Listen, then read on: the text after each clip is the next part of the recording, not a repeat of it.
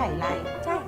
ฉันต้องเป็นของฉันเพราะฉะนั้นฉันรีบทำดีกว่าค่ะพี่ฮอนเดี๋ยวไปดูอุปกรณ์เพิ่มกันดีกว่าเพราะว่าเดี๋ยวต้องใส่พ่อ พี่ เข้า มั่ ไป นใจว่าน้องใส่ไรพี่ให้น้องทำเลย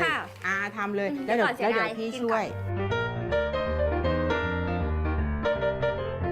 ฉันใส่ไรเพิ่มอุปกรณ์อีกนิดนึงก็ใส่ไรแล้วทำอะไรบ้างยังไงบ้างเดี๋ยวเราจะทำเป็นชั้นซ้อนกัน3ชั้น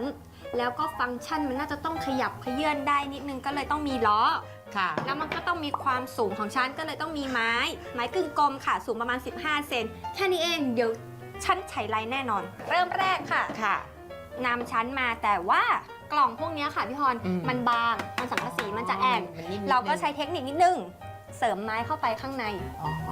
กล่องมันจะได้ไม่พังเวลาติดล้อมันจะได้แข็งแรงเดี๋ยวเราจะทำลักษณะนี้ค่ะเอาไม้วางแล้วก็ประกอบแบบนี้ก็จะมีความสูงสามารถใส่ของเข้าไปได้เริ่มเลยนะคะค่ะ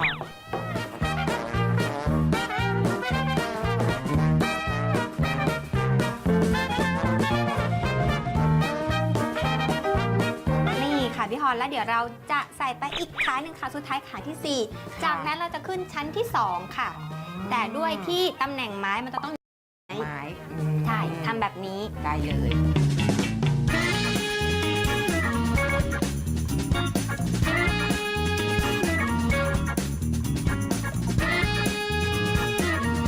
เรียบร้อยแข็งแรงค่ะพี่ฮอนแล้วไงต่อคะติดล้ออยู่นี่แหมเราใส่ล้อมานิดนึงคืออันนี้มันเป็นไม้มันอาจจะลื่น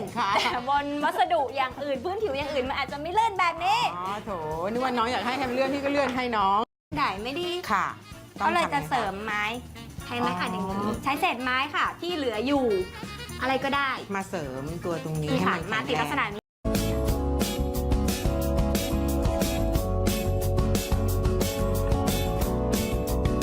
เป็นไงคะพี่ฮอนชั้นไฉไลสมชื่อไหมคะสมชื่อค่ะคุณผู้ชมไฉไลแล้วมันยังเป็นโต๊ะไฉไลได้ด้วยค่ะนี่เป็นเหมือนแบบ coffee table แล้วก็วาง